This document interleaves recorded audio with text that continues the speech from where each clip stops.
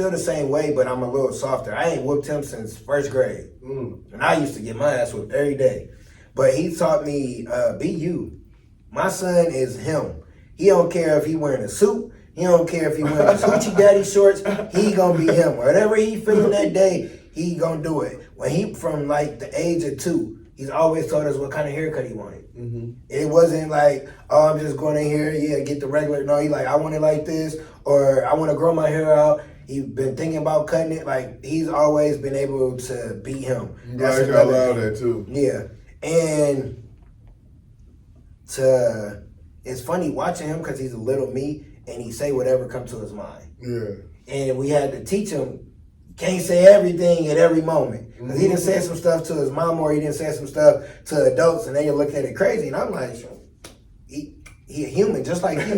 He might have not said it a little disrespectful, but why can't he speak his mind like you speak your mind? Because as a kid, I never understood why I couldn't speak my mind.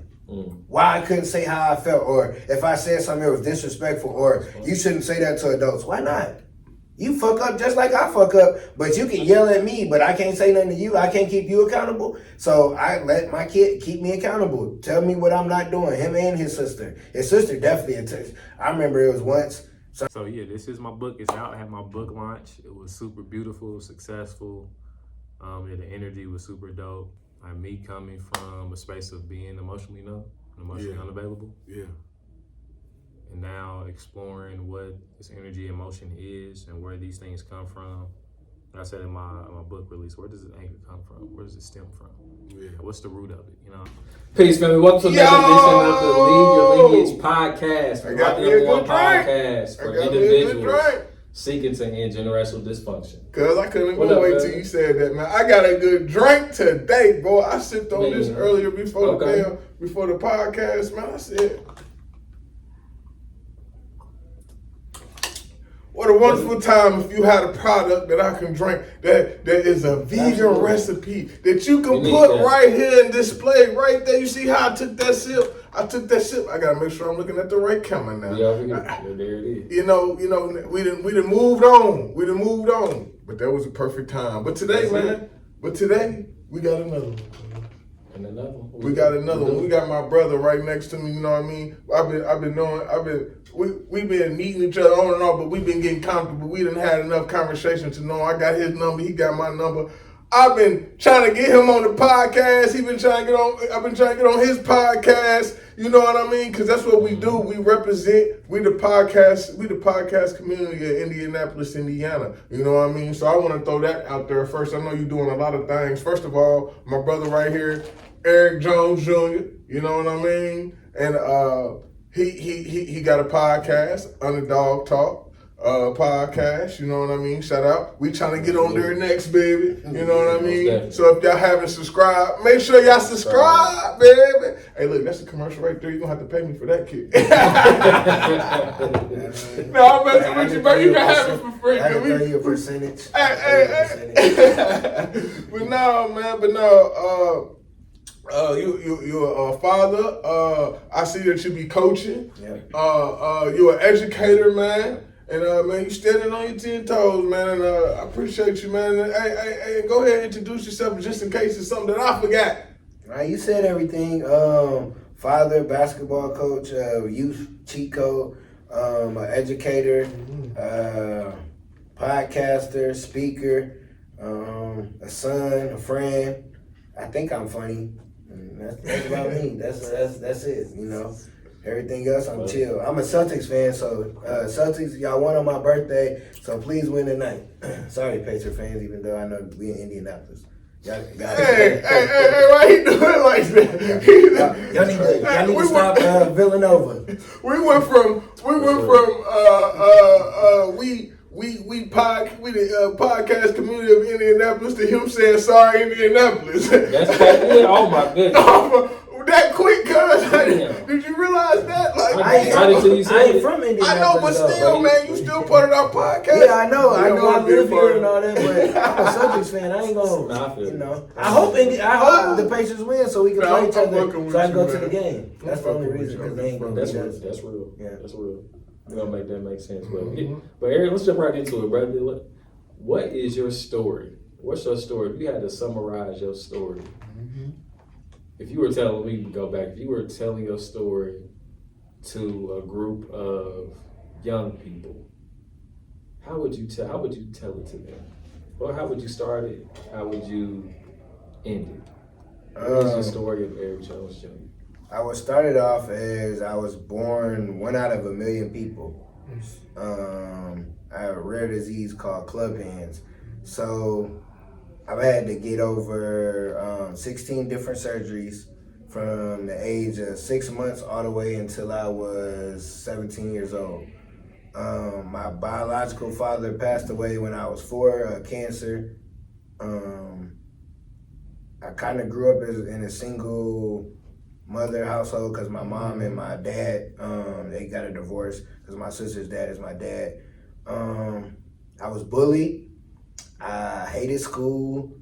I had the challenges of kind of taking the world up on myself because there was nobody else around me that looked like me or had to deal with the stuff that I had to deal with.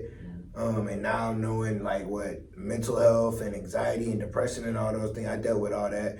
Attempted to commit suicide twice when I was in elementary school. But basketball saved me though, just by teaching myself how to play basketball and being able, because the era that I was in and where I live, people played basketball. I wasn't really into going in the streets and none of that goofy stuff. But so I played basketball, and just being able to dominate on a basketball court and the playground, it gave me confidence to have confidence in myself in the real world. So that kind of translated to me like being myself, like being a funny guy, those different things. I did have to learn how to joke because people used to bully me, and I had to come back with jokes. And so I would say that was part of like school. And then as an adult, it was, who did I know? Because I couldn't get a job unless I knew somebody. Like all the jobs that I've ever had that stuck, it's because I known somebody. So it was like, who do I know? And I didn't like school, so I didn't take college serious. And where I'm at now is being a successful underdog, like overcoming all the different things that I was born with. It wasn't like, I went through life and, I got in an accident or something. I was born into adversity where it was like, I know people that was born like me that don't do half the things that I do. So being born an underdog and being a successful underdog is the beginning in where I'm at right now. I love it. That's powerful, bro. That's powerful, man. I see where you got the name from now. See why it's called Underdawg Podcast, talk podcast. I understand. I understand the message. It's a whole meaning behind it. It's just not just a label, and that's what I always tell people. You always gotta have a meaning behind something so it can go forward. Yep. If you're just doing it just to do it, doing it for the money, it's not gonna flourish. Yep. It's not gonna flourish without that. You gotta have the right mindset. You gotta have the right passion, all of that for it, man. So I like that, man. And I want to go back on what you said, Ben Jonah. I said, man, damn. I said that to Cuz all the time because I was. I'm dark skinned, you know what I mean? Back in the day, being dark skinned, when they used to call me burnt back biscuit, then I got this big ass head, right? So you know what I mean? So they used to John. So motherfuckers be like, damn, well, you always John. That's because motherfuckers got the John on me, so I had to start roasting everybody in that motherfucker. I said, okay, I got something for y'all asses. Yep. Then when I start getting funny, everybody shut it up. I said, yeah, nah, I'm not through. Yeah. So yeah, so yeah, I definitely know what you mean by that, bro. But yeah, man. So I definitely thank you for sharing your story. But I'm gonna, like you said, we're getting into it. Man, I'm gonna ask you now, how was it with family growing up, man? Because I know off camera you said you didn't have a big family, man. How did that impact you, man? How was family life? Shout out to my mom, my sister, my grandma, my granddad, and my dad. But my biological dad, he didn't really he was like ashamed of me almost. Yeah. Like he blamed my mom, like that I was born the way I was. Yeah. And then I found out that like he would, in the summer, he would put jackets on so people wouldn't, you know, look at me and say different stuff. Yeah. And it carried over to when I got older and I would wear jackets so people wouldn't look at me and stuff of that sort. But outside of those people that I named, I don't really have a big family. So my biological dad, his family was Jehovah's Witness. My mom wasn't. My mom told me this story. She was like, yeah, they came up to her, was like, yeah, you gonna come, you know, knock on the doors and do all this stuff. She was like, who gonna pay my bills? Because I'm gonna have to miss work. And they left her alone. So like my dad died when I was 4. I never saw my granddad that I know of. Maybe when I was younger, never saw my dad's dad. I don't know what my grandma looked like. I had some family that lived in Michigan City, but never knew they were my family. I felt like y'all just left me. I was 4. What I'm supposed to do? How I'm supposed to go connect with y'all, know who y'all are? I'm a 4-year-old kid, and nobody ever reached out. Now I do have a brother by my dad, and like he was cool until a certain point recently, but I don't really mess with him just because morals. Certain things that I don't care. You could be my mom. You could be my mom. If you cross these certain morals and it shows like this is who your true character is, I can't mess with you. But yeah, my family, like I got some cousins. Shout out to my cousin David and Star. I do remember like growing up, my cousin LaMonica and her sisters. But I didn't have like we going over our cousin's house and stay the night. We had granny house all together like that. Like we had those moments, but we didn't. So on my mom's side of the family, it was like grudges. It was like a lot of family dynamics happened because my grandma went to jail when they were younger. So my mom and my auntie used to go to the same school, but they were so young, they didn't know that they were sisters, and they fought every day. Wow. Every day. They didn't know they were sisters. So that part, like, the family was tight, but it wasn't as tight. So my dad, you could say my stepdad, but he's my dad. We would go to his mom's house, Sunday dinner, cousins, all that. But it was like, oh, who got all A's? Who got the good report cards? Who, like, it was a certain, like, demeanor that you had to have where people would be like, oh, good job, or whatever the case may be, or you had to be not getting in trouble. I was getting in trouble. I didn't have good grades. I had an earring. I had braids. I was Iverson era. So I was like, I wasn't from the hood or anything of that, but I was different from them. They lived in like a small town. I don't even know if it, what it'd be, like a McCordsville. Maybe even smaller. Like Kingford Heights it was a gas station, a movie store, and like a convenience store, and that's how small it was. Damn. So it was like out in the country though. So everybody knew each other. So we had that, but I wasn't their family. Yeah. I wasn't blood. So I felt like I got treated different. And even with my dad, I used to feel like I got treated different sometimes. Like he was meaner to me than he was to my sister. So all I had was my mom and my granny, really, like that I knew at the end of the day they had my back. But I don't remember big family trips, us doing stuff like that. Now we did go family reunion, but that was, if you take out my dad out of that and it was just my mom, we wouldn't have went nowhere. Like our families didn't have, maybe go to Detroit, but we didn't really have where it's consistent. Where if you go to a family reunion, you know how it's every 4 years, you go to the next 4, you be like, damn, who is that? You know, I don't remember. So it was like that for me, for family wise. Well, when we talk about family on the podcast, we always say like how you define family is up to the individual. Yep. And you're sharing your story and us learning from it, right? I want to ask you this question. How would you define family in your world today? How would you define the role of family in your world today? Being loyal, no matter if that person's right or wrong. Being there for them, no matter if they ain't got $1 or a shirt on their back to give you. But also adding value to each other's life in some form. Because I got, like, when I was growing up, a lot of my friends was my family. Like, if I was going somewhere, it was because I went with my friend's family, or they knew me as they knew I was like cousin Eric or whatever. So my friends would be my family. So it's just having that person that accepts you for you, but also can keep you accountable, like someone that can add value to your life, but also you can just be yourself around and experience life with. Because I think like having friends, you can have a different kind of fun, as in like, you know, like you and the fellas go out, oh, let's go out as bros, but hey, let's bring our kids because we family. Or like my bros, who I call my bros, they kids is my kids. Like I might not even have my son, but I'm going to the game. Because I'm not going just to say I went to the game. I'm going because I'm representing, you know, there for nephew. So it's that type of thing for me that I think that family. And yeah, that's what I think. I don't think I got nothing else to go with that. Yeah. He said, I ain't got nothing else to go with that, man. Hey, no, man, real talk, man, but I'm gonna go back, man, just throw some stuff out here, man, and you said you found love with basketball, man. Man, I want to get on the court, man, because I think I can hoop on both of y'all. Man, cuz never, I don't know, when we on the court, we never family, man.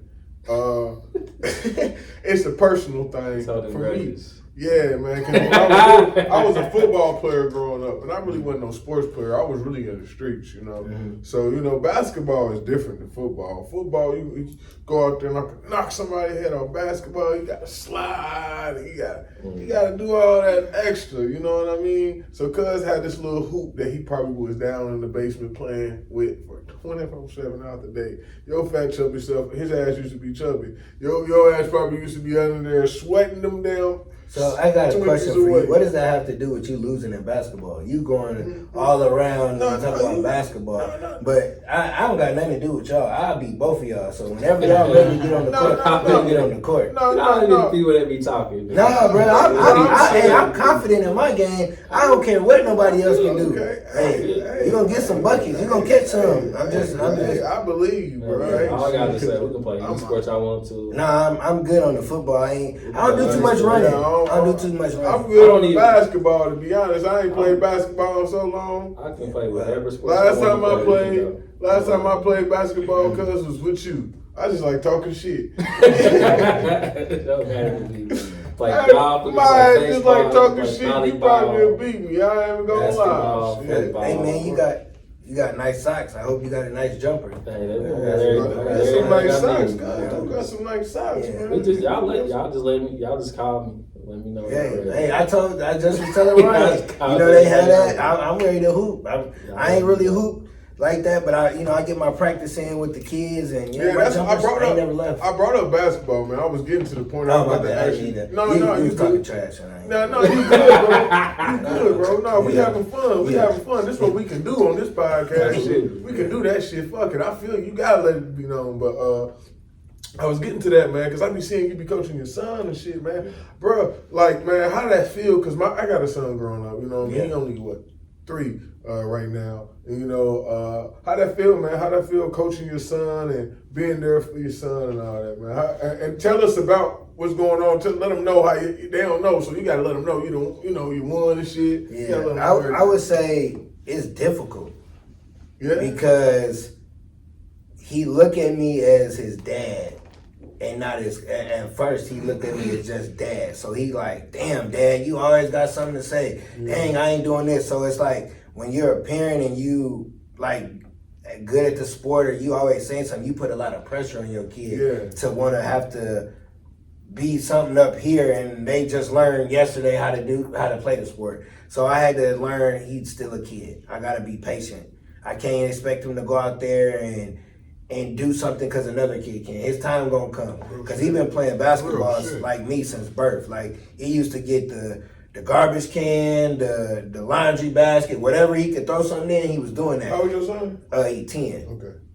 So when we first started off, he was on other teams, and I was like, okay, cool. But then I'm like, bro, I seen how his game was. I'm like, you me. Yeah. So you need to learn from me. Yeah. You can shoot, and you running off screens, you little, you skinny, you can learn from me. So it was like, okay, we was doing that. He joined the AAU team, and then we joined the team we on now, and I'm able to coach. So at first, he'd be like telling his mom, I don't know if I want to go to practice. I don't know. Dad real hard on me. And I told him, I was like, hey, if I treat you any different than anybody else on the team, then you could quit. I ain't treat him no different. So he ain't have no reason. So it's me learning how to be able to be coach and then be dad afterwards. Yeah. So it's like he could have a horrible game, but I don't need to talk about it. Yeah. Cause he already done got it in the huddle after the game. Now we gonna go, and I know me. He gonna be like, damn, and it's gonna mess up his game. Cause I'm a loud person, so I'm yelling, but I'm just like, hey, go to the corner. And he used to take it as I'm yelling at him and mess his game up. So now I'm understanding, like, shut up. Don't, if I'm not coaching them, even if I am, it's like I gotta depict on how I say it to him. I gotta say it in the coach's form, not yell at him as a dad. So it took a while to learn that, and I had to have honest conversations with him. Honest conversations, like, cause his mom would tell me stuff. I go to him like, hey bro, you can talk to me just like you talk to her. If you feel a certain way, come to me so we can fix it. So it ain't, oh well, he said this to her, and then it get back and it's misconstrued. But also winning, we've been winning. Winning, we've been winning. Let them know. Like, but this the crazy thing. When he first started AAU, he was getting his ass beat. His team was like, he was taking L's. He's not on the same team though. No, it's we don't want to talk about. I don't even want to talk about them. So he went through the era of get my butt whooped by 40, 30. Damn. And these kids can hoop. Damn, they was whooping your son's ass. Like, it's tough. Out there whooping your son's ass. But look, this the crazy thing. His first best game was when they only had like 3 or 4 players. Him and my nephew just went crazy. And I was like, oh, okay, he got it. He got it in him. He just not consistent. But we won games. He's had games where I think his best game is 15. Yeah. He's had multiple, 10, 12, 11 games. But then he's had games where he ain't scored. But he brings energy. So I always tell him, bro, you don't always got to score. Bring who you are. Because anywhere we go, people are like, who's the redhead kid? Because he's albino, so he's light skinned with red hair. They're like, who is that? Because he always bring the energy. He's that guy on our team. He gonna talk shit. He gonna get on somebody if they ain't doing right. But he's also had to learn how to control when a coach tell him something, or he had to stop talking to the refs. My man didn't got a technical. You in 4th grade, bro. How you getting technical in 4th grade, bro? Hey, what you say? He out there on his Draymond Green. He definitely will be. Already. Yes. Yeah, that's a good thing, man. But then y'all won the championship. Yeah, we won the state. Let them know, the state championship for 4th grade. Yeah, I'm gonna say this. I might go on a little rant for a second, cause I ain't gonna disrespect. Even though he disrespect us. It's a coach out there. Fuck you. Because you said we just football players. You can't just be football players and win a state championship. You can't be just football players and go to the championship in every tournament that you played in or every league that you did in. You can't just be football players. It's understandable that your team is better because y'all went recruited and got the best kids in Indiana. Yeah, you're going to be good. But we develop our kids. We don't go pick out, oh, let me get him. He scored 15, 20 points. Like, no, we get whoever comes to our program and we develop them. And that's how we win. So fuck you to the coach. They know. I ain't got to say the name. We gonna see y'all again, cause they gonna say they played with 4th graders, but they have 4th and 5th graders. Hey man, we about to blow up like Shannon did. Hey, nah, for real. The reason why I'm like this, the motherfucker said he in the huddle said they shouldn't even score 15. Who shouldn't score? Don't disrespect my kids, bro. Real shit. Then the next day he said we played them again. They whooped us both games because they got a crazy team. If y'all see them, y'all be like, they 4th and 5th grade. They got a kid that hoop like a grown man. Like, no lie. So they a good team. No disrespect to no kid, because I love the kids. It's a kid that's on their team that's on the kids' football team. So it's all love with the kids, but it's the coach. I know what you mean. Like, don't ever disrespect my kids. I If feel y'all you. winning by a lot, y'all won. Good job. Go about your business. You ain't gotta talk trash or down some kids, bro. Real This shit. is they 4th and 5th graders. Real They shit. kids. And my son on the team. Real and the shit. other coach son on the team. So you talking about our kids. People Real don't play shit. about their kids. Real So we shit. handle it in a mature way, but don't disrespect kids, man. Never. You win and keep it moving. Y'all know y'all was a better team. That's cool. You ain't gotta. We beat the team 43-0. Guess what we did? Hey, y'all want to scrimmage? We could work with y'all. I'm talking to the team, giving them some encouragement. Hey, the reason why y'all lost is because they was scared. I was like, y'all was scared. Y'all thought y'all was gonna lose before y'all even came in the gym because y'all seen a couple players.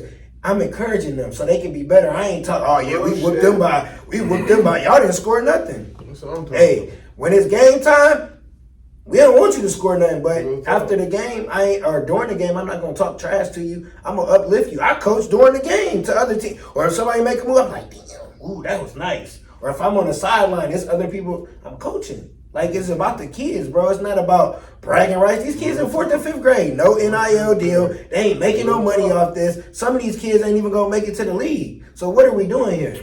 So most of them kids ain't gonna be playing in 7th, 8th grade. No, they probably gonna do something else, or they could be. Yeah. It don't matter. Whatever they doing, they might not be hooping. And it's like people take basketball too serious. All these And I used to sports. be like kind of into it. It's like, bro, it ain't that deep.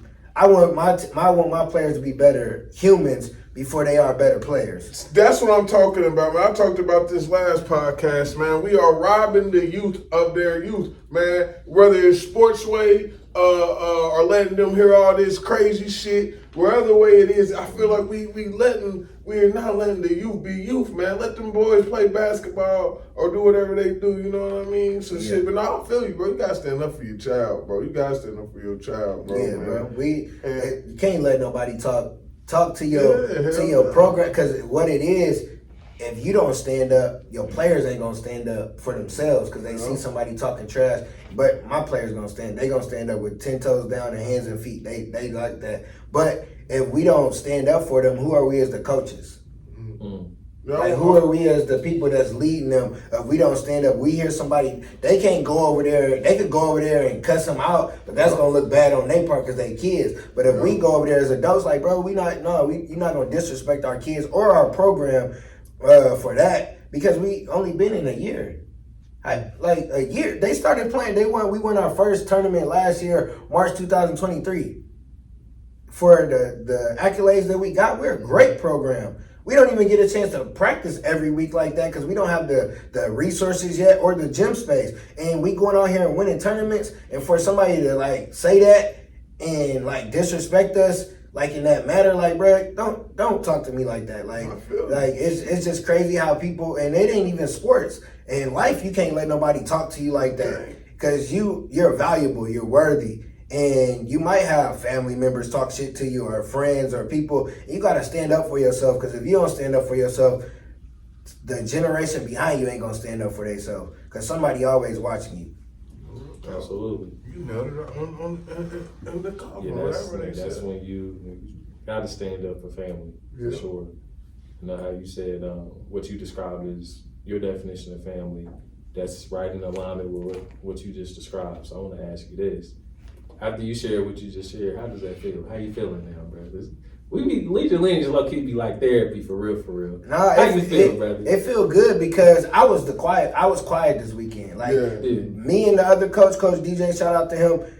Is sometimes it's both of us. Yeah.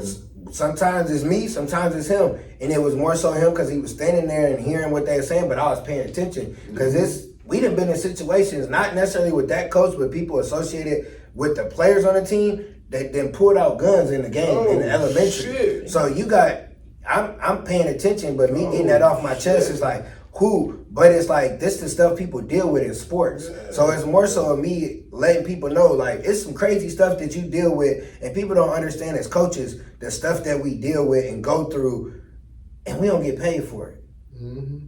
We might not get a pat on the back. We might not get a gift, appreciation or nothing, but we do it for the love of us. So that's why I think more so I was able to get that out, because it's like, I do this from the kindness of my heart. I done spent the last of my dollars on some of these tournaments for my kids, and you gonna talk to us like that? Nah, it's like you can't allow people to talk to you while you're down, while you ain't got everything rolling, and or you don't got the name yet. You gotta just make sure that you stand on business. Like I feel a lot better, but it's like it's gonna feel better when we on the court, when we see them again. Cause they ain't 20 points or 30 points better than us. They just had a little more basketball savvy than us. But we gonna see them again. And when we see them again, I don't know if I'm gonna be the quiet one or I'm gonna be the one talking shit. But it's gonna be like a rivalry, Boston Celtics versus Lakers. Hey, they got them guns. Don't be saying. And that's the crazy. Listen, the They crazy got time them guns. when that happened, I'm on my awareness and seeing and understood. Hey, this game ain't more important than our lives. It ain't, Let's bro. stop. I was like, hey, let's stop talking. Let's get up out of here. Yeah. Because it ain't that deep. It ain't never that deep in sports where somebody gotta die Nah, hell no. on some dumb stuff. And these are 4th grade. We was at a church. That's the crazy part. We was in the Lord's house in the gym part. Yeah, but I feel better like getting that off my chest. And it's just, it gives us motivation. I just hope our kids understand the disrespect that they got and they use it as motivation. Real talk. Because we gonna use it as coaches as motivation, but we ain't Space Jam and can't touch them and give them our energy or how we feeling. So it's more so of showing me letting that out and talking to them on practice was like, man, you can't let nobody talk to you like that and you not do nothing about it. Not saying they gotta be violent, but when we get on that court again, you put your foot on their motherfucking neck and let them know we here. If we lose, but you give everything you got. And that's just me being who I am and being able to talk and say those things. Because on my podcast, I could have said it, I could have went a little rant, but I didn't. And I'm glad y'all asked me, and I'm glad I got to go on that rant because I really didn't. Because that ain't what that program is even about. Because I was a part of that program with my son. Yeah. So it's like shows the character of the coach, and not it don't nothing nobody else, not the program. Because I know the program, I love the program when my son was there. None of the players. It's just that coach. Man, and you know what else, man? I'm learning a lot from you, man. You learning a lot from being a coach from your son. It's not, I'm seeing that it's teaching both of y'all. He's seeing it's teaching you something, but I know your son's soaking up a lot because he's seeing his father handle adversity like he got to handle adversity, whether it's through the basketball or at school and all of that. And seeing his pops doing that, man, I know that's a dope experience, man. So, man, I just want to say, man, I'm a big guy on talking about I always keep looking at that camera. I'm a big guy on always saying that your kids can teach you something. Everybody be sleeping on their kids, man. Your kids can teach you something, man. And that's to learn. So I want to know this. What has your son taught you? Like, like for instance, let me give you some examples first, okay? For instance, my daughter, when she first was born, man, bro, I was a different type of guy. Like legit, bro. I was changing, but in the change, I still was kind of violent. Still was like, fuck everybody, bro. Everybody can get it. It still was that kind of that mindset. When I got my daughter made me find peace. She made me be like, oh shit. It made me be like, damn, why the hell is it war? Ain't no way in hell a president or anybody could have had a daughter and want to go to war because you want to be peaceful with the world because my daughter got to live in this world now.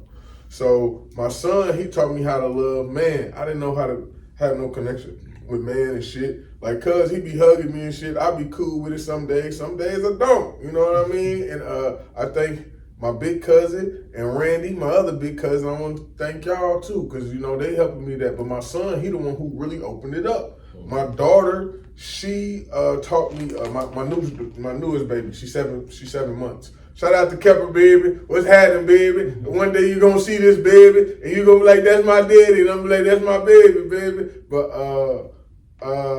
shit, man, I don't know, man, how to do that for my baby. But I done forgot. Well, no, she taught me patience. Yeah. You know what I mean? So my daughter taught me patience. So I'm asking, through all this process, what have your son taught you from just experiences being a father?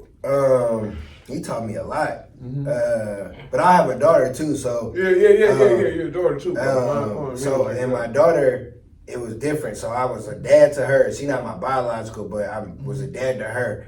And then my son came, like you. I was like just doing whatever, just day by day stuff. But when I seen my man's come out, and I was like, he gonna depend on me. I gotta change. That's when I started speaking and doing all the different stuff. Is because like I gotta do something different. Because my dad died when I was little, so I ain't gonna lie to y'all. I was scared to get to 27. Because my dad died of cancer at 27. Damn. So it was like nobody ever explained to me how he died, like none of that. I just knew he died, so I was scared to get to that age, and that's when I had my son. So it was like, okay, that's something different. I'm gonna be here a little longer. And he taught me how to love unconditionally and be a little softer. I was hard with my daughter, like, cause I'm like, her mom was a little soft with her, and I'm like, you can't go in this world and only learn soft. So I was a lot harder with her. With him, it's like, I'm still the same way, but I'm a little softer. I ain't whooped him since first grade. And I used to get my ass whooped every day. But he taught me, be you. My son is him. He don't care if he wearing a suit. He don't care if he wearing his hoochie daddy shorts. He gonna be him. Whatever he feeling that day, he gonna do it. When he, from like the age of 2, he's always told us what kind of haircut he wanted. It wasn't like, oh, I'm just going in here, get the regular. No, he like, I want it like this, or I want to grow my hair out. He's been thinking about cutting it. Like, he's always been able to be him. That's another thing. That too. Yeah, and it's funny watching him because he's a little me, and he say whatever comes to his mind. Yeah. And we had to teach him, can't say everything at every moment. Because he done said some stuff to his mom, or he done said some stuff to adults, and they look at it crazy. And I'm like, he a human just like you. He might have not said it a little disrespectful, but why can't he speak his mind like you speak your mind? Because as a kid, I never understood why I couldn't speak my mind. Why I couldn't say how I felt, or if I said something that was disrespectful, or you shouldn't say that to adults. Why not? You fuck up just like I fuck up, but you can yell at me, but I can't say nothing to you. I can't keep you accountable. So I let my kid keep me accountable. Tell me what I'm not doing, him and his sister. His sister definitely a text. I remember it was once something about some homework, and she was like, well, you ain't doing what you said you was going to do, and I couldn't say nothing. I couldn't be mad at her. I couldn't yell at her. I was like, you right. Because we've always taught our kids to speak their mind. So learning accountability from them, and to enjoy life. He has that type of energy that you, like, when you're around him and he get to know you, it's joyous. It's like, just be whoever you are and do whatever you want. Like, he's just a fun kid. So just having that energy of being me and not caring too much what anybody else think. Like, he definitely don't. Like, my man to wear hoochie daddy shorts all year round if he could. Man. No, I'm serious. Like, he would. And it's little stuff that he gets from me, and I don't see it right away. You like hoochie daddy shorts? Yeah, I'm skinny. I'm short of thighs.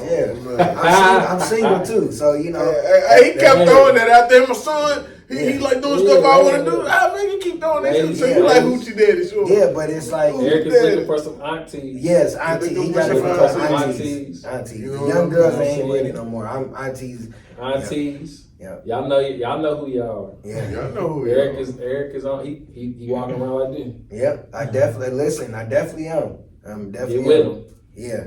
But yeah, just learning that, and then from my daughter, soak up the information you soak up, go do it. Like, I've always gave her a different look at life, and she's in college now, and she might stay in college, but she probably won't, because she got the entrepreneur spirit. I can do this, I can do that. I told her, when you go to school, learn how to be a boss, don't learn how to be a worker. And she already in she doing hair in a salon, she learning marketing. So when school's out in the summer, she actually she don't have to go get a job. She got a job, or she can create opportunity for herself. So just that with them. And then my son, what you were saying about me being his dad in sports, it ain't kicked in yet. It ain't kicked in that my dad is taking me to practice. He coaching. He paying. He making sure we doing all that. He don't see it, but he do when we have talks. Like, when I break it down, like, bro, you really privileged. Like, practice, going to the park. My mom, I don't even know if my mom ever really seen me hoop. My dad, like, he saw me until I was like 16 because we used to play. But after that, he stopped playing me, and he never came to games or wasn't at the park to see me play. So my family don't even really know how I really hoop on the court. Yeah. And for me to be able to be there for every step of the way for him is like, it's joy. It's like, I didn't see him lose games and cry and had to be there, or I didn't see him be a punk about a loss and have to, hey, bro, tighten up. That ain't how we, you lost, it's okay. So it's like having to control my emotion to help him in his emotion. Or have those conversations. Like, we seen somebody, we didn't see the person get killed, but we seen a dead body right outside my apartment. So I'm like, hey, bro, you good? Like, you all right? You making sure, like, he ain't, traumatized by it. Because as we was kids, something happened, somebody died, all right, that's it. There wasn't nobody talking about it. So just learning how to be vulnerable with my kids. I might tell them too much, but I show them I'm human. I show them I'm human. I make mistakes. I do dumb stuff. Me and their mama got divorced, so I had to explain that and show that I can still be a man in their life and different things. So I've learned a lot. I could go on and on about what I've learned from my son and my daughter. But it's, like you said, it's very important to learn from your kids. It is. And I think, and kids in general, I learn from kids every day at school.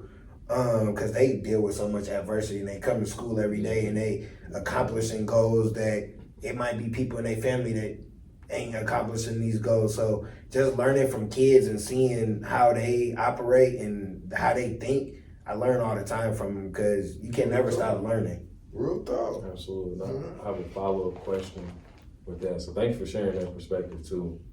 When we talk about, because does a phenomenal job being vulnerable with his children too. He has an open door policy with all three of his children.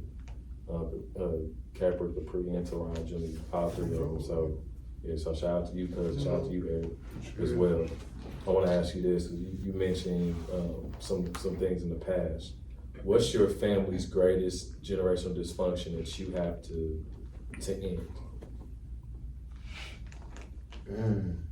end? How to be a family? Ooh, what you mean by that? Talk to me.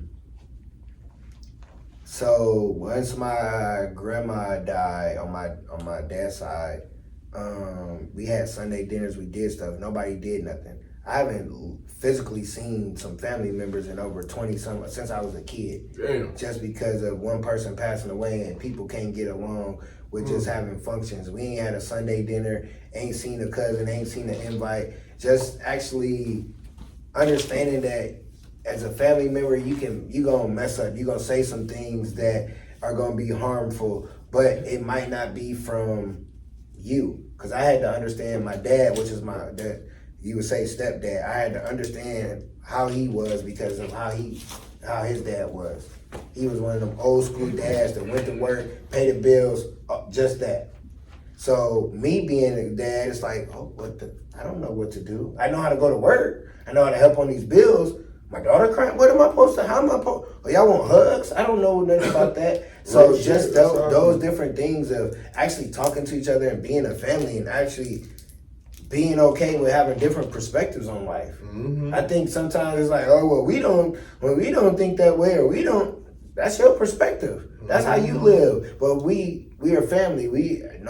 Some of us didn't want to be in this family, but we here and we gotta be. So let's make the best out of it and be about it that way. Like, I don't know. It's just weird that I'm sitting here and thinking, like, I got little cousins I've seen online, but I ain't seen them since we've been little. Like, there's people that go to family reunions and different stuff. It's like, we all got Facebook. Why y'all don't hit me up and tell me? Everybody ain't seen my son, but nobody ain't seen me in years. Why y'all my dad, he really don't tell me, when's CJ coming? Okay, you ain't got to pay for me, but at least tell me when the family so I can see some people.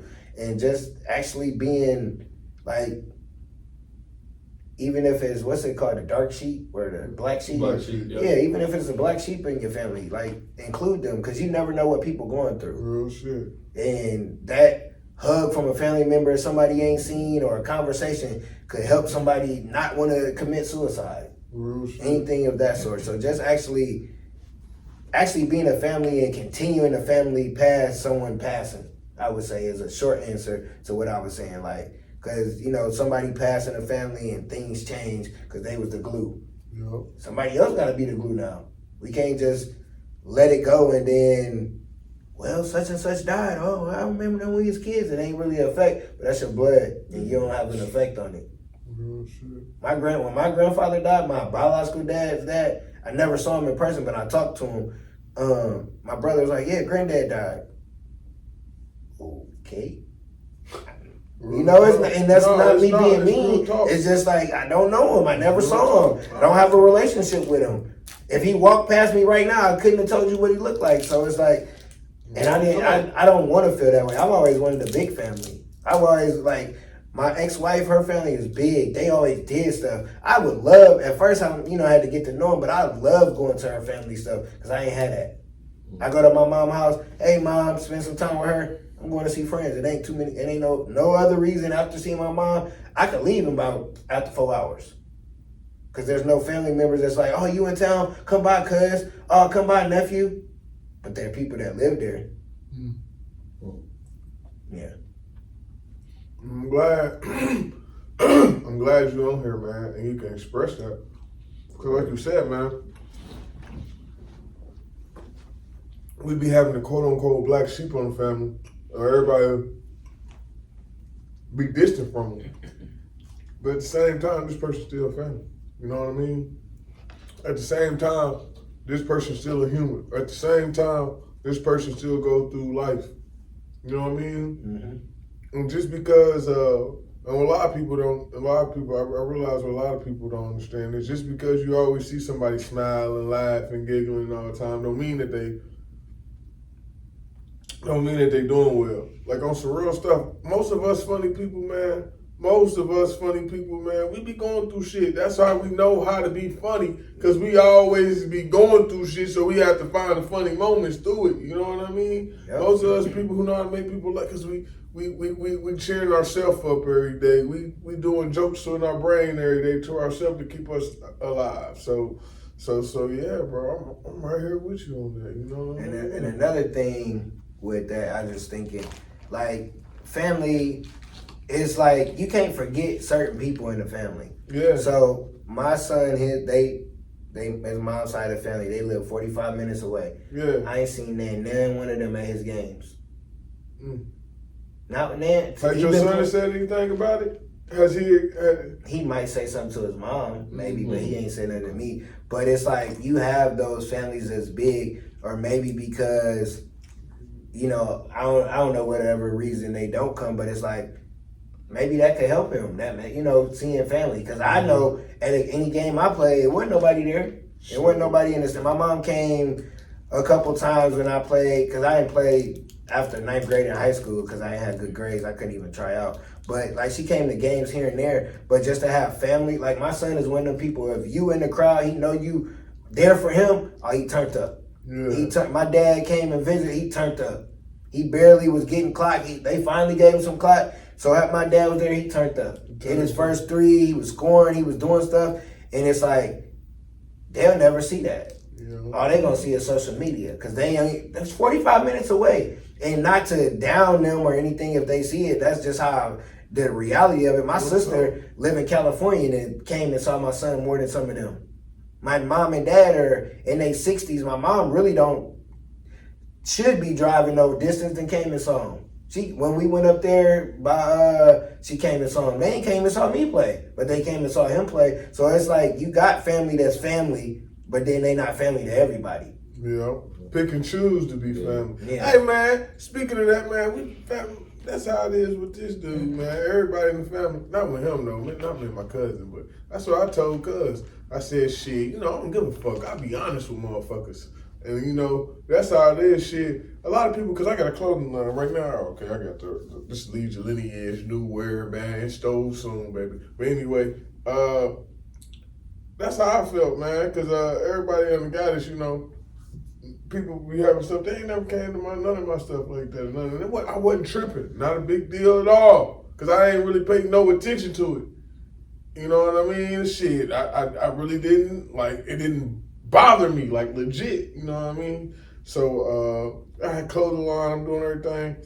They didn't want to start supporting me until I became with Cuz, and we started doing with Lead Your Lineage. Then that's when all of them start coming in. And I told you this, didn't I, Cuz? I said, I don't like that fake love shit. Yeah. Don't show me fake love. And I said, Cuz, when we all in the room, I'm addressing that shit. Don't show me fake love. Keep that same fake ass energy. And I don't even call it fake. It's real. The fake energy is you trying to show me love. The real energy is you leaving me the fuck alone like you used to. Yeah. You feel me? On some real shit. You know, and it's not saying that I'm saying fuck you or nothing. It's just saying like, don't be trying to be fake with it now. Like, you know what I mean? So I feel you with that. But at the same time, me learning how much important family is, me at the same person, I've been working on myself and been accepting it. You know what I mean? Like, okay, this is a way that I can finally get to them and they can get to know me. Yep. You know, maybe they didn't know me. Maybe that was the problem. So maybe that Cuz was the plug for them to get to know me, because this is my second cousin. Besides him, that's because I used to be at his crib. We used to hang out, even though this fool, this old nut, this motherfucker, he don't remember it. Yeah, Cuz I down there with him. Do him like Simpson used to do Bart, man.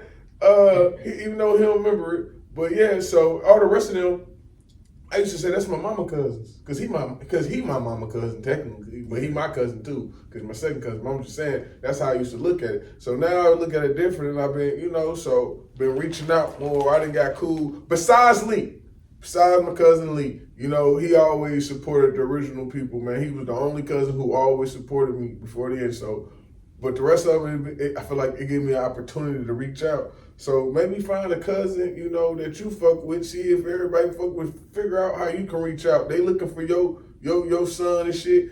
Ask them. Fuck it. Ask them like okay, why I ain't going? You gotta ask that shit, man.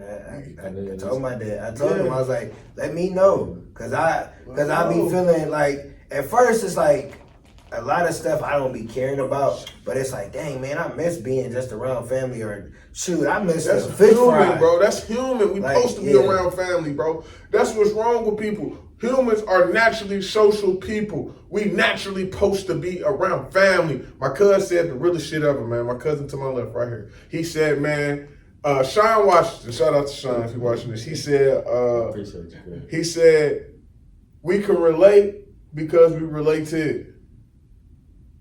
And I don't quote too many people, man, for real. So that right there being said, that's natural, bro. We got the same genes. We're gonna have a lot in common.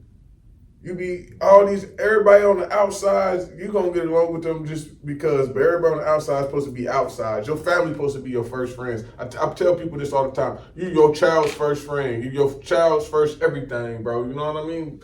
And all of that, bro. All that matters, bro. It does. I just want to throw that in there. You good. I appreciate the passion. Every single moment matters with family because of the magnitude of how related we all are. You know what I mean? Yeah. We don't, like you said, we literally have the same DNA in our body. It's the same experience to a certain extent, right? Mm-hmm. Based on looking at ancestral epigenetics. It's the closest to yours. You know what I mean? So when we really think about what that really is, we don't explore the depth of those relationships with our family. And to be all the way honest, I didn't really get the bigger picture either. So I'm really just getting into this knowledge of why this foundation of family is so important. And when we get that together, all this external shit changes. Have you talked about common sense? The common sense. I haven't talked to Cuz about it, but Cuz, he knows he would pick up what we putting down. So I'll explain that. I'm glad you brought that up too. So Eric and I are in the mastermind together. Shout out to the Hustlers Mastermind. A couple weeks ago we had a session. It was called Common Sense Ain't Common. And your brother Murdoch was talking about the best-selling book in America ever was Common Sense by Thomas Paine. Yeah. And it came out in 1776, right? So I'm giving you these numbers because you know the numbers, the dates and stuff. I'm giving you these. It came out in 1776. So from 1776 to until now, that's the Common Sense has been the most purchased book, has the most book sales ever in history. So looking at that, I was like, okay, that's crazy. And then there's a company called Common Sense Media that is ran by two family foundations, Jeff Bezos Family Foundation and the Bill and Melinda Gates Foundation, right? Two family foundations. That's what we talk about, having getting our families back together to be able to do those things. Those are two of the families that control a lot of resources on Earth. I think that's common sense per se. We all know that. And they say that it's common sense to invest in families. But in our communities, in our melanated communities, it's the narrative or the stigma that you can't work with your families. But then the people that have their family together on the outside looking in per se, right? That are controlling the resources, they're saying, hey, this makes sense to invest in families. It's like, if you don't, it's literally common sense. Hey, you don't invest in families. You know what's so crazy, cuz, speaking on that. And it's a media company. We you know what's so crazy? Black folks, we low-key don't, we kind of invest in our family, but we do it the wrong way, bro. Like, for instance, man, like, I'm gonna keep it 100. Like, I be saying this all the time. If I was locked up or something, or dead, my mom and everybody would help my wife more, check. It's the fucking truth. Because when I used to always be going to jail and I was getting locked up and shit, be quick for everybody to, hey, let's put some money in to get a lawyer. Everybody want to say free, you go on Facebook. Everybody want to put some money on it, even if they do it just one time. Because, they start doing it one time when it first happened. Then after a while, they stop. But you know what I mean? But still. But when you open up a business in the Black community, it's different. I think it's the fact that we be misguided. We don't understand the power into what we do. For instance, okay, we'll get together and just do bullshit, bro. We'll actually invest, but we don't know how to invest in the right shit. I think that's what it is.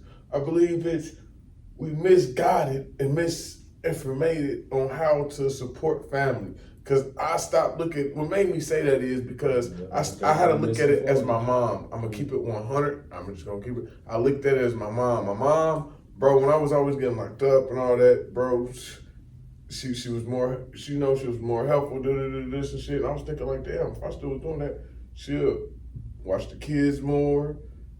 She'll just help out more, you know what I mean? Than she is doing. I was like, that's because she misguided. She see me doing all these things and it's look like you don't need help more, but I actually need the help the most now. You know what I mean? Yeah, no, I feel what you're saying. And that's because as a Black man, we don't get rewarded as doing the positive thing. So when we start doing the positive thing, everybody start leaving him alone and be like, oh, he got his thing, leave him alone, just he got it. Instead of saying, hey, bro, how can I help you continue doing this? Stay on this journey. Let's hit this journey, and how can I become good off of it? How can we help the family become good off of it? You know what I mean? Yeah, and it's that, cause I'm telling y'all, bro, and I'm talking from experience, bro. No, you talking, you making sense. Yeah, I'm not talking from a fucking standpoint, bro. This is experience, bro. When I was locked up, family left, right, all that, sending money, guys sending money, I be on free roam, this, everybody supporting this shit. But when I open up a clothing line, ain't no damn, wrong, got a clothing line, that I'ma send money and shit. Family ain't trying to get together and buy me a lawyer for my business. Man, bro, let me go throw this away. No, that, like what you just said, it makes sense. We are misguided, and it's not our fault that we misguided. Because think about what he said with the book. The book was made in 1776, right? It was made for patriotic people. We weren't even individuals. It wasn't even made for us. So a lot of stuff that was made and how the world was taken over by people that aren't melanin they set it up so for us to fail. And why you think when they call the projects the trap, it's really a trap. So if you don't step outside of that and get the exposure you need, you're gonna live by the street laws. You're gonna live by them ways, and then you ain't gonna, like you said, like I've never heard nobody say that though. And but it makes sense. Like if somebody down you in jail, oh I got you, bro, I got you. I got a business. You don't want to buy it. It don't matter if you don't like it. But you would have sent some money if I needed it for jail. If I got locked up, bro. But you or don't if wanna I got killed. But no, the hardest thing you said is they'll get you a lawyer to get you off a case, and you knowing you did some bullshit, but won't help you get a lawyer for a business to help the family. That we backwards. But it takes individuals like us to give our family that information, or to go and do something and be great in it and show them the way. Like when I created my clothing line, I named it after my son. I named it after him because if something ever happened to me, he got his own thing. My dad only left me questions. I don't want to leave him questions. That was No, for real. I didn't know who he was. Like when my dad first, so I was like 4, going on 5, and I think it took to about 10 till I really let it go. Like my dad gone, and then I used to be like, man, if I went to dad's house, wonder what that'd be like. Or my sister used to pick with me and say something about my dad. I used to have to beat her ass because I'm like, that's just the emotion I had. Like, and my mom be like, you shouldn't say that. But she would say stuff like that. But then as I got older and learned about him and stuff that he did and why I act the way I was like, wonder if he was a good person. I just had this thought of him, but I know he didn't leave me nothing. It didn't leave me no checks to be able to go do nothing. It wasn't like that. But if you look at the white families, they leave their kids. That's how some of their kids get on. Man, Bill, by heritage. Man, did y'all hear how much Trump dad left him? Like billions of dollars, bro. I'm not lying. Like that's how they get on. I said, how the fuck did this dude? I wish I had. I wish I had. Who can give somebody that much money? Like, damn, bro, your daddy gave you that much money. What was the numbers for the ELA? The percentages, the one of the top, how you make the money, and heritage was one of the top ones. Like getting it from your family. And if you look at Walmart, the dad started Walmart, but his kids are in the top 10 richest people in the world because you either give them the money or you teach them how to go get the money and make it long. We don't do that. We don't teach our kids. We cool, and I'm saying this from me. I'm cool with teaching my son sports and cool how to talk to women. But am I teaching them the stuff that I'm learning from my class that he could apply now? Because these kids are very smart. They're smarter than us. They know how to do technology and all that. So if I'm giving him information now, he can be light years ahead when he gets. It could be 10 years later, but I doing that with my daughter though. Yeah. I put her on game of the stuff she can do. Oh, you do hair? You need to make sure when you go to school, you doing hair. Now she in salon. Now people can pull up on her. When she got her marketing certification, this is what you need to do. And you speak Spanish, you need to tap into both worlds. So you ain't even got to go do no summer job. And it's stuff like that we teach our kids to help them. If my daughter became a millionaire before me and it's because of what I taught her, I feel just like I did it. And you ain't got to give me a fucking dollar. Guess what? You did. Yeah. Yeah. But and I did, but it's like, I would feel more accomplished of her having wealth than her having a degree where she got to go to a job and work 40 hours and not get paid for what she's supposed to. But me learning the business part of life and entrepreneurial and telling her, and now she then became a multi-millionaire after graduating college and she know how to help the family. That's what we supposed to be doing. That's what we should be excited about. It's cool if we got that one person that gets sports, but we need to teach everybody around how to be his team. Look at LeBron. Yeah. All his team is his homies. That's a great example. His homies. Yeah. And they all rich. His one homie, the agent, Rich Paul, is the reason why he a billionaire. And he don't got a degree. But nobody looks at that. Everybody want to be Michael Jordan. It's okay to be Rodman, Kerr, Cartwright. It's okay to be those other people on the team and be a part of the team. Say it again, bro. Say it again. And that's family though. Because look, y'all say y'all was real tight as cousins, and he went to the league. And he didn't leave you behind, but he got busy with life. You be like, man, that nigga, man, he acting funny and this and that. No, life happens. Yeah. So you never reached out to him. You never asked him how he was doing or nothing. You just assumed because he stopped talking, and that's what happened with family. People assume, like, oh man, he on some I got rich stuff. Yeah. But you never called and say, hey cuz, how you doing? He over there got the money. Man, I dang near was about to kill myself. I'm glad you called me. We don't have those. We don't have that in our community. It's if you're light skinned or you're dark skinned, if your family got money. One thing, I'm sorry to go on a rant, but I hate with us black people. If you didn't go through the struggle, you ain't nothing. Yeah. You had to go through the struggle. You had to eat oodles and noodles. You had to not have the lights on or that and make you cool. No, that means your parents weren't handling their shit.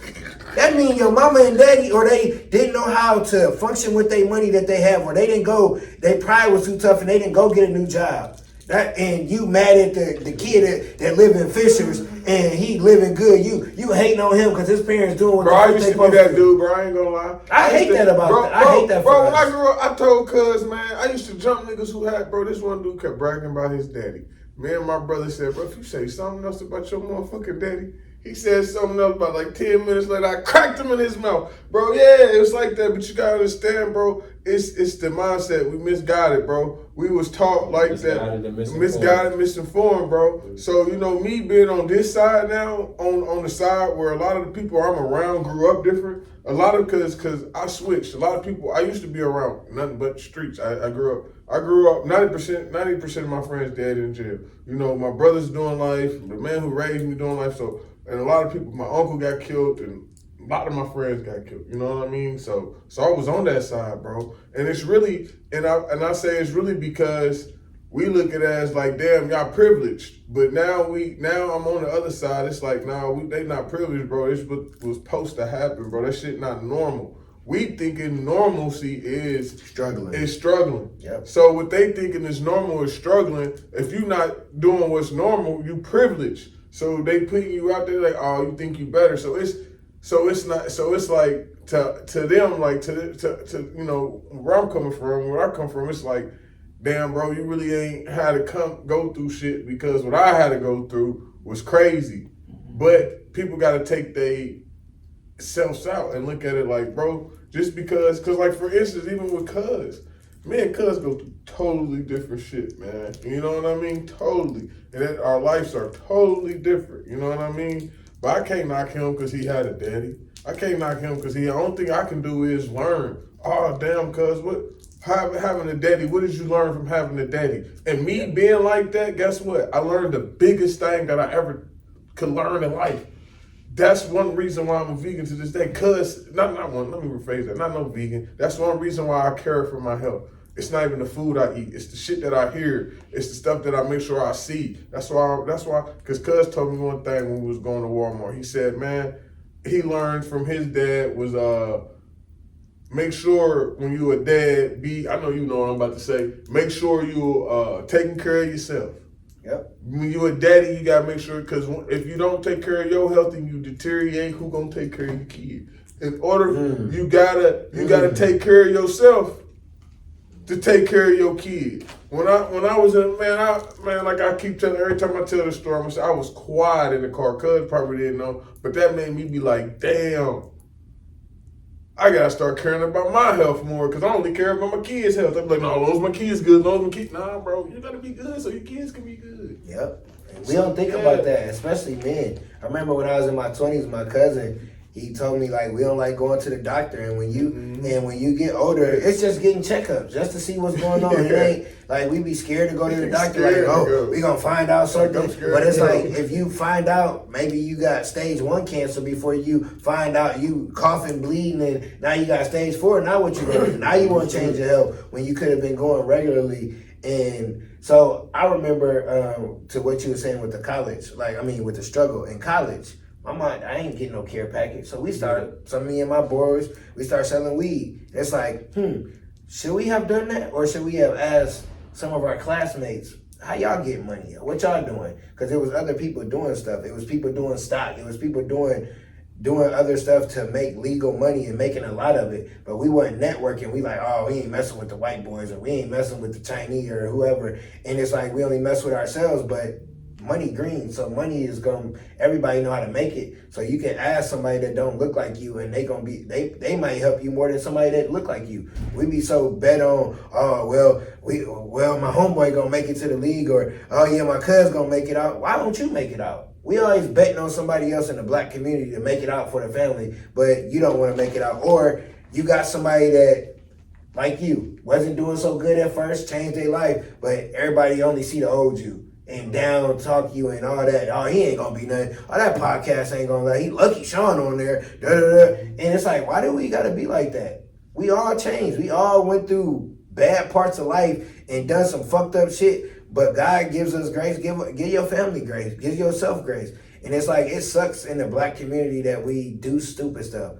Because I got my car stolen from me, right? And I'm thinking like a civilian, just a regular civilian.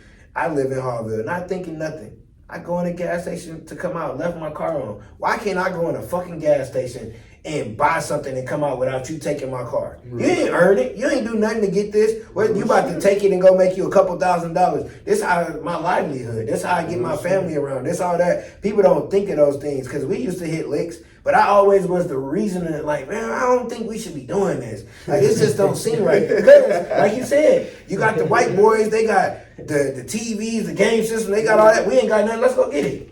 Because we can go take it. Yeah, but you know what, though? I'm going to take it back when you said how you saw it. See, you was in my neighborhood, bro, all that stuff you saw, we didn't see that shit. It was vice versa, bro. The people who was eating was doing this bad shit on the block. You know how you said it was all these different people. We didn't see that. So I know that they not seeing that, bro. They don't see that on the block. Niggas on the block, we don't see niggas getting money the legal way. The people, for instance, when I was 11, 12, however, I was around that age, bro. Me and my true story, bro. My brother that's locked up right now, Elijah. Real story. We was hungry as fuck. We only been eating toast, bro. Bread and water, bro, for days, bro. Man, bro, we like, man, how the fuck we gonna eat? We seeing niggas who eating, guess what they doing? Robbing the pizza man, robbing the Chinese dude, selling drugs, hitting licks.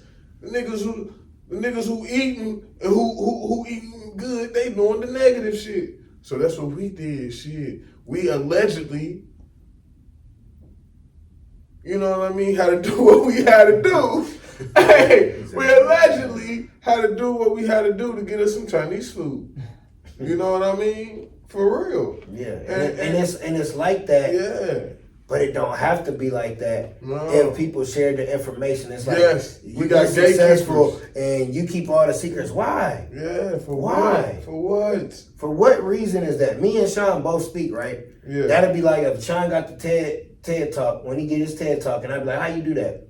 Well, I just signed up. You just signed up? That's it? That's all you gonna tell me? And it don't be, and he might be like, hey, well, shoot, I'm sending you an invoice. All right, I get it. I understand that. Other people that are black, why you gotta send me an invoice to get the information? Because how long it took me to get the information, how long it took for me to get on this TED Talk. I ain't just wake up this morning. I've been speaking 10 years and now I finally done got here. So now I'm gonna charge you for what I gotta charge you for. And it's black people, let me look in the camera. I don't think I've been looking. Stop asking for fucking discounts. You don't ask discounts for none of them high price stores. You don't ask Becky for no discount. You don't ask Thomas for no discount, but you want to ask your cousin for a discount. Stop asking for it, because we put in work just like everybody else. Can't give you a discount. Can't. We got bills just like everybody else got bills.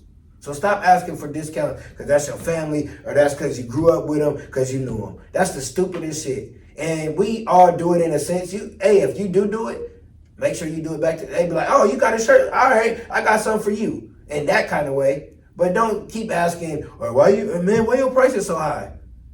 Shit, everything else went up, so my prices went up. It's just that simple. I feel like slavery and back in the day took a toll on us to where we still hate each other. You know? Because it's light skin versus dark skin. It's you lived on this side of the tracks versus this person lived on the side of the tracks. It's like, can we all just get along? Sure. And if we all could get along, we could be eating like the white people. We could be billionaires. It don't gotta be, well, it's only 10 black billionaires. It could be, well, it's only 5 white billionaires. But we don't understand how to get along with each other and create a team to where we can win. And it's sickening that happens. But it's podcasts like this where these kind of conversations come out where people are being vulnerable and talking about their family. So families that listen to this, don't take offense to what somebody say. That's their reality. That's their experience with you. That's their experience with the family. Absolutely. Just listen to it and see how you can fix it. Don't listen to the problem, create a solution. And we don't create solutions, we just add on to the problems. Mm-hmm. Toxic, we think toxic is cool. Toxic is horrible. Agreed. Man, that's a word, brother. That's a word. So as we close this out, let me ask you to leave us with some words of wisdom, and also leave us with some words of wisdom, and also leave us with a message to somebody that is looking to get their family back together. From your perspective, what should they do first? Pray is one thing. I think if you want to get your family back together, it just popped in my head. You gotta get you and God together, because that's your first family. If you don't have that family tight, I don't think you can hold on to a family. And I say that because I was married, and God wasn't the first priority in a marriage. It wasn't the first priority in my life, and then everything else just went to shambles. And when I lost everything, that's when God became the number one thing. So always keep him first, and that'll keep you connected with your family, because you'll understand how to deal with family from reading the Bible and things of that sort. I didn't mean to go to church. But what I want to lead people with is check on your people. Like, you never know what somebody going through. That strong friend, that funny friend, like, check on them for real. Because I be going through shit and I don't be having nobody to check up on me. I'm usually the person that send out the text. My mom, I ain't gonna lie, my mom, she send a good morning. I love that. I love getting the good morning text. It just say good morning. It let me know she woke up, and it let me know I can have a good day. But check on your friends that are entrepreneurs, that you think is so busy. Because they actually is busy. They actually doing stuff. They actually trying to better their life. But check on them, because you never know what people going through. Because life right now is hard and people want to crash out. If it wasn't for people having kids, people be crashing out. If it wasn't for maybe somebody checking on somebody, people be crashing out. So check on your people, man. And check on your older people in your family. I think that's a lost thing, is calling the older people. I don't got no old heads to call. So I miss that. Talking to my granddad every day. I'm talking to my granny every day. And it won't be a 5-minute conversation. But just being able to talk to them, because I feel like the younger generation has lost the connection with grandparents because of whatever it is, the gap, age gap. But talk to the older people and check on your people. That's what I got. Can't get no better than that, brother. That was powerful. Real talk. That's powerful, brother. Thank you, Eric, coming on the podcast today. Appreciate you. Thank y'all, for real. Yeah. Because that was a lot. I still have more, but that was because you don't really talk about family things or be able to express it without somebody looking at you crazy. I'm sure if family heard this, if y'all know me, I don't give 2 fucks how you feel after this. Because y'all didn't give a fuck how I felt. And sometimes you have to get that off. And now it's like, okay, who can in my family I can reach out to see how I can build a relationship, or who on the family reunion committee where I can hit them up and they can give me the information, so I ain't got to be like, oh, well, it's my dad's fault that I ain't come.